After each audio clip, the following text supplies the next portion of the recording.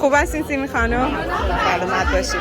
عزیزم یه سوال داشتم، می‌خواستم ببینم با نظرتون در مورد باشگاه خنده چیه؟ من چندین ساله میام شرکت میکنم تو این برنامه با حال جون. خیلی عالی، همیشه وقتی میام خیلی انرژی میگیرم، همین جوری مثل یه ورزش میمونه برام، هم کالری میسوزونم از خندیدن زیاد، همین که خیلی روحیه‌مون زیاد خیلی خوب میشه. اما بابارم میارم جدیدن بله دیدم امروز شدن. آره خیلی خوشحالم، مطمئنم به هوای اونا دیگه بیشترم میام دیگه، هر کاری داشته باشم میذارم کنار میام که توی این برنامه شرکت. خیلی هم خوب. بعد چقدر وقت کلا شرکت میکنین توی باشگاه؟ الان به مدت یه چند ماهی هست که مرتب دارم میام، ولی خب میگم از 4 سال پیش من 4 سال پیش بودن.